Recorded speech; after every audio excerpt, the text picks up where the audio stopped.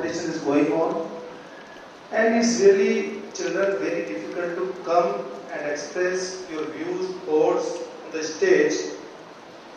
One incident I remember of Churchill. I'm comfortable with English or I should shift on the Hindi.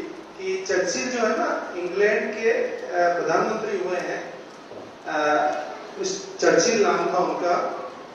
I think full name is Winston Churchill, full name. तो वो जब प्रधानमंत्री बने ना बच्चों, तो पहली बार जब उनको स्पीच देना था, बोलने के लिए आना था माइक पे, तो पता है उनको बहुत ज्यादा स्टेज फोबिया था. तो उनके हाथ पैर में शिवरिंग होती थी, कांपते थे. और the day when he had to deliver that speech on that day, he could not sleep overnight. पूरी रात वो चर्चिल नहीं सोए. क्यों नहीं सोए? क्योंकि अगले दिन उनको सुबह स्पीच देना था. ऐसे आप दे दो ना, जैसे उनको बोलना था. इतना डर लगा उनको. लेकिन अगले दिन जब वो बोलने के लिए गए, पूरी स्पीच भूल गए, कुछ भी नहीं बोले और केवल 3 शब्द बोले. क्या बोले बताओ? तो बात मेरी बहुत ही अच्छा लगा मुझे. वो कुछ भी नहीं बोले, बोल ही नहीं सके. वो उनके हाथ पर ऐसे हो रहे थे, लेकिन 3 शब्द बोले. वो शब्द तुमको समझ में आएंगे, उसको हिंदी में भी बोलेंगे. और वो तीनों एक ही जैसे शब्द बोल के उस स्टेज से चले गए. लेकिन उस स्पीच को दुनिया की अभी तक की जो बेस्ट स्पीचेस है उसमें उसको भी शामिल कर रखा है. ये सबसे बड़ी बात है. एक बार ताली बजाओ चर्चिल के लिए. केवल 3 शब्द ही बोले वो. Never give up, never give up, never give up. कभी मत हारो, कभी मत हारो, कभी मत हारो. बस ये बोले. कभी ऐसा मौका हो जाए, सबसे बढ़िया स्पीच बताइए मैंने आपको. बोल सकते हैं, बोल सकते हैं ना? क्या बोलना है? Never give up, never give up, never give up. कभी मत हारो. मजा आया ना?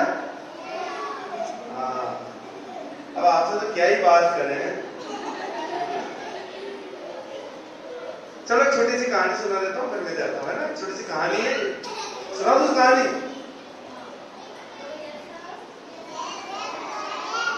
वो कहानी सुनी आपने कि एक टोपी बेचने वाला था. सुनिए क्या है.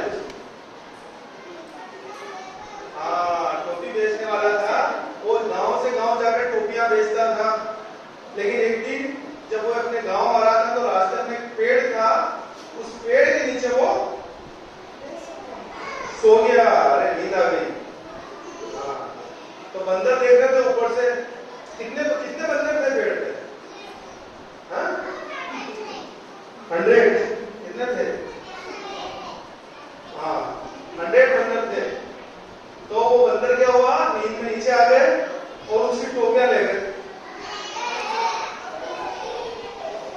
अब ये आया ना मजा. तो बंदर लगे टोपियां. अब उसकी नींद खुली तो उसको टेंशन हुई. क्यों हुई टेंशन? उसकी टोपियां चोरी हो गई तो टेंशन तो होना ही. जैसे मैं आपका छाता ले लूं, तेरा एक टोपी ले लेता हूं, टेंशन होगी ना. तो उसको टेंशन हो गई. तो फिर क्या हुआ कि उसने क्या किया पता है? उसने अपनी टोपी निकाल, उसने बंदरों से कहा टोपी दो. लेकिन बंदर समझते हैं क्या? तो टोपी नहीं दी.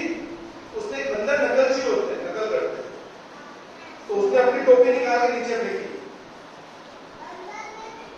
तो बंदर ने टोपी निकाल के नीचे फेंक दी. तो सारी टोपी उसने कलेक्ट की और फिर चला गया. है ना. कहानी अभी आगे है, लेकिन मैं तुमको नहीं सुना सकता. कहानी तुम्हारे समझ में आगे नहीं आएगी. जब वो घर पे गया तो उसको बेटे को उसने बताया. ये लंबी कहानी है जो मैंने आगे बना रखी है. तो बेटे को सिखाया उसने कि कभी भी टोपी बेचने जाए बेटा, तो कोई बंदर टोपी ले जाए तो बंदरों से कुछ मत बोलना, टोपी नीचे फेंक देना. फिर उसका बेटा बड़ा हुआ, वो भी टोपी बेचने गया. फिर वो भी वहीं आया, वो भी रात में सोया, दिन में सोया, तो बंदर उसकी टोपियां ले गए.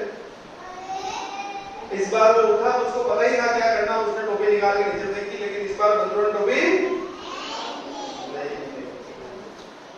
क्योंकि बंदरों के पापा ने उनको स्टोरी सुनाती थी। हाँ, इसलिए डॉगी की टेक थी। इसके पापा ने सुने तो उसके पापा ने भी सुना दी थी। पिछली बार हम बेवकूफ हो गए, इस बार मत करना। मजा आया? Okay, thank you very much.